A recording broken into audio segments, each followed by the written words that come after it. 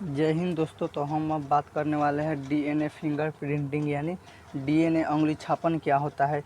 इस टॉपिक को आप लोग समझिए, बहुत ही इम्पोर्टेंट टॉपिक है। यह टॉपिक बार बार पूछा जाता है बोर्ड एग्ज़ाम में, जो 12th के। तो चलिए अब हम लोग जानते हैं डीएनए फिंगर प्रिंटिंग यानी डीएनए उंगली छापन क्या होता है।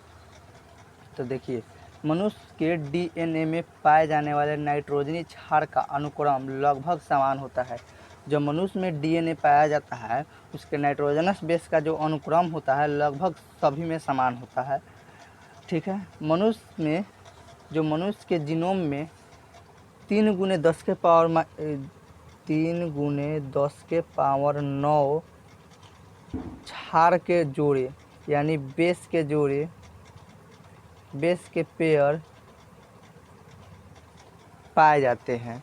जो मनुष्य का जीनोम होता है उसमें 3 × 10⁻⁹ क्षार के जोड़े पाए जाते हैं। मनुष्य का डीएनए जो मनुष्य का डीएनए होता है दो मनुष्यों के नाइट्रोजनी क्षार के अनुक्रम के में अंतर पाया जाता है। जो मनुष्य का डीएनए होता है उसमें जो दूसरे मनुष्य का जो डीएनए फिंगर प्रिंटिंग होता है उसमें अंतर पाया जाता है, अनुक्रम का अंतर पाया जाता है। ठीक है। आगे है डीएनए फिंगर प्रिंटिंग एक त्वरित एवं अच्छी विधि है। जो डीएनए फिंगर प्रिंटिंग है वह एक त्वरित एवं अच्छी विधि है। त्वरित का मतलब जल्दी में किया जाने वाला विधि है। इसमें डीएनए अनुक्रम में अवस्थित पुनरावृत्ति यानी रिपीट, जो इसमें डीएनए होता है, ये जो फिंगर प्रिंटिंग है यह एक त्वरित विधि है। इसमें डीएनए अनुक्रम में अवस्थित पुनरावृत्ति डीएनए का उपयोग किया जाता है। ठीक है। आगे डीएनए फिंगर प्रिंटिंग आधार है। जो डीएनए फिंगर प्रिंटिंग है वह एक आधार है। ठीक है। आगे जो किसी भी व्यक्ति के जो क्रिमिनल प्रोफाइल होता है उसको जानने के लिए किया जाता है। सबसे बड़ी बात यह है कि जो डीएनए फिंगर प्रिंटिंग होता है वह यूज किस चीज़ में किया जाता है। तो डीएनए फिंगर प्रिंटिंग का यूज किया जाता है जो क्रिमिनल होता है, क्रिमिनल के प्रोफाइल को चेक करने में। जो क्रिमिनल का प्रोफाइल होता है उसे चेक करने में किया जाता है। ठीक है। दूसरा, कभी कभी कहीं पे जो होता है एक्सीडेंट हो जाता है, भगवान न करे कि कभी एक्सीडेंट हो, तो कभी कभी एक्सीडेंट होता है तो उसमें किसी का जो होता है मुंह कभी कभी नहीं दिख पाता है, तो उसको भी चेक किया जाता है डीएनए फिंगर प्रिंटिंग के द्वारा ही। चलिए ठीक है, आगे देखते हैं हम लोग। किसी भी व्यक्ति के विभिन्न ऊतकों जैसे त्वचा, बाल, शुक्राणु, लार, रक्त, हड्डी आदि से प्राप्त डीएनए में एक जैसी बहुरूपता मिलती है। देखिए कौन कौन से हैं। एक में है, देखिए यहाँ त्वचा,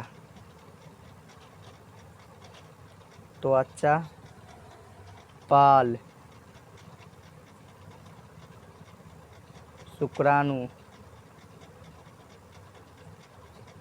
आगे लार, रक्त,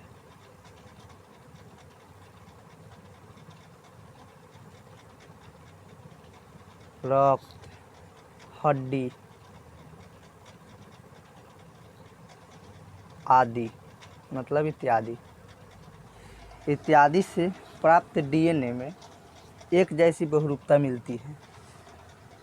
किसी भी व्यक्ति के विभिन्न ऊतकों जैसे त्वचा, बाल, शुक्राणु, लार, रक्त, हड्डी इत्यादि से प्राप्त डीएनए में एक जैसी बहुरूपता मिलती है। बहुरूपता उत्परिवर्तन यानी म्यूटेशन के चलते उत्पन्न होता है। जो बहुरूपता होता है, बहुरूपता जो होता है वह उत्परिवर्तन यानी म्यूटेशन जो होता है, बहुरूपता म्यूटेशन के द्वारा, जो म्यूटेशन के चलते उत्पन्न होता है। ठीक है। म्यूटेशन यानी उत्परिवर्तन। जनन कोशिकाओं में उत्परिवर्तन होने से यह लैंगिक जनन द्वारा जनकों से संतति में चला जाता है।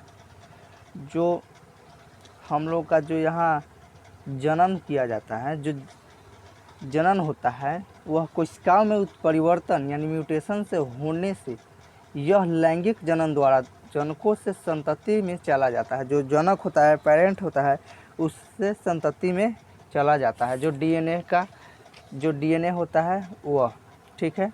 और आगे धीरे धीरे एकत्रित होकर विभिन्नता या बहुरूपता उत्पन्न होती है। डीएनए फिंगरप्रिंटिंग तकनीक का प्रारंभिक विकास जो एक वैज्ञानिक था, जो वैज्ञानिक थे उसका नाम था एल्क्ज फैरिज।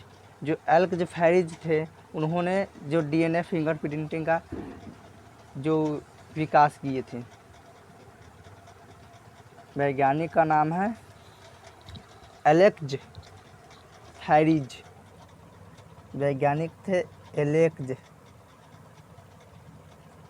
फैरिज। यह वैज्ञानिक का नाम है एलेक्ज फैरिज ने इसका विकास किए थे। तो ऑब्जेक्टिव में पूछा जाएगा कि डीएनए फिंगरप्रिंटिंग का विकास किसने किया, तो एलेक्ज फैरिज एक वैज्ञानिक का नाम था। तो चलिए दोस्तों, यह टॉपिक हम लोग का समाप्त हुआ। अब हम लोग जानते हैं अगला टॉपिक हम लोग का क्या है। तो हम लोग का अगला टॉपिक है यूज ऑफ डीएनए फिंगरप्रिंटिंग। तो डीएनए अंगुली छापन का उपयोग क्या है, तो चलिए हम लोग जानते हैं। जो डीएनए अंगुली छापन है, उसका उपयोग हम लोग जानते हैं क्या होता है, ठीक है।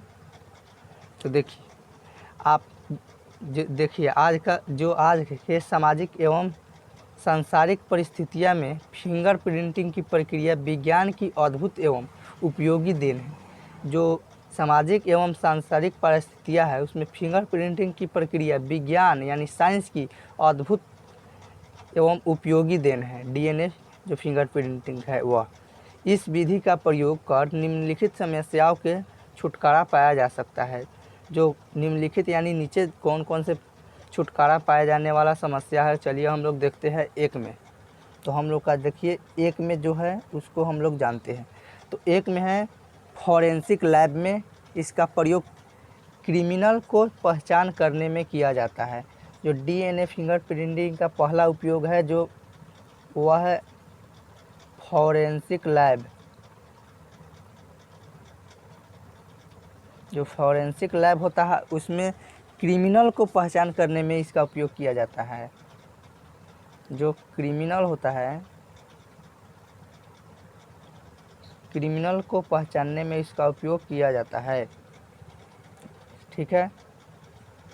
क्रिमिनल को पहचानने में इसका उपयोग किया जाता है। आगे देखिए, दूसरा पॉइंट है हम लोग का,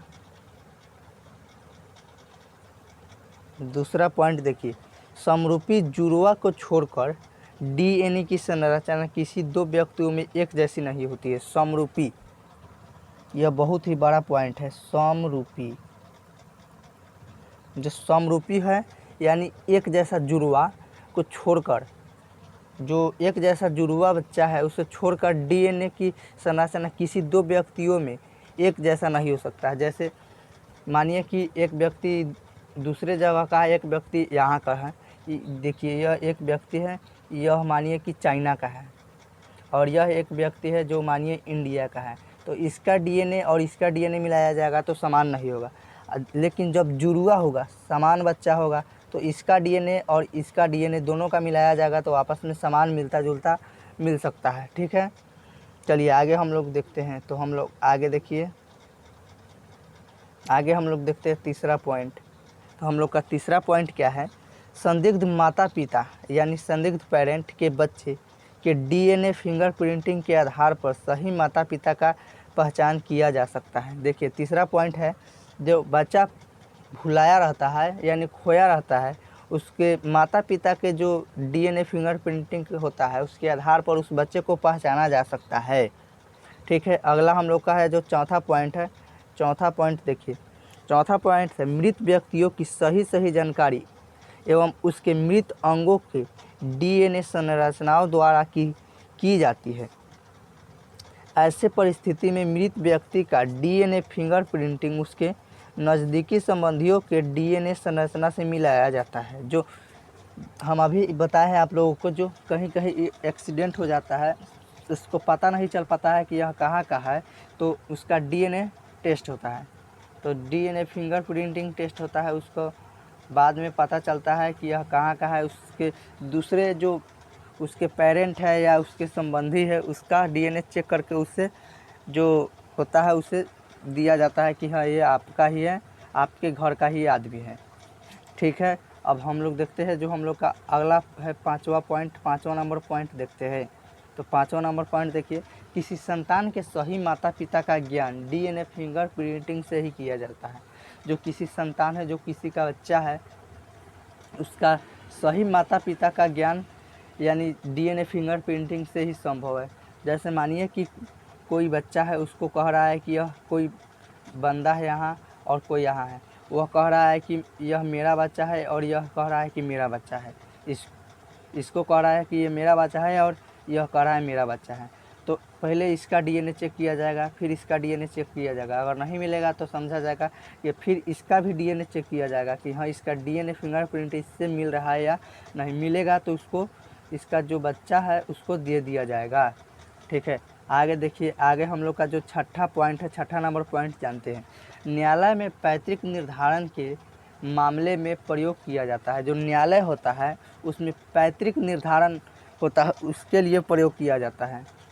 छठा नंबर पॉइंट है न्यायालय, यानी जहाँ न्याय किया जाता है उसमें पैतृक गुण का जो डीएनए फिंगरप्रिंटिंग के द्वारा ही उसको पहचाना जाता है कि हाँ यह किसका बच्चा है, इसको किसको दिया जाए। जिसका डीएनए दोनों का चेक किया जाता है, डीएनए दोनों का आपस में जब मिल जाता है तब उसको, वह बच्चा को दे दिया जाता है। तो चलिए दोस्तों, यह टॉपिक और यह चैप्टर हम लोग का समाप्त हुआ। छठा चैप्टर हम लोग का समाप्त हुआ पूरा कंप्लीट। अब इसको चलिए, अब हम लोग देखेंगे सातवां चैप्टर अगले वीडियो में। जो सातवां चैप्टर है वह अगले वीडियो में देखेंगे। वीडियो को पूरा देखिएगा तभी वीडियो समझ में आएगा, इसलिए पूरे वीडियो को देखिए और comment, like and share video को करते रहिए।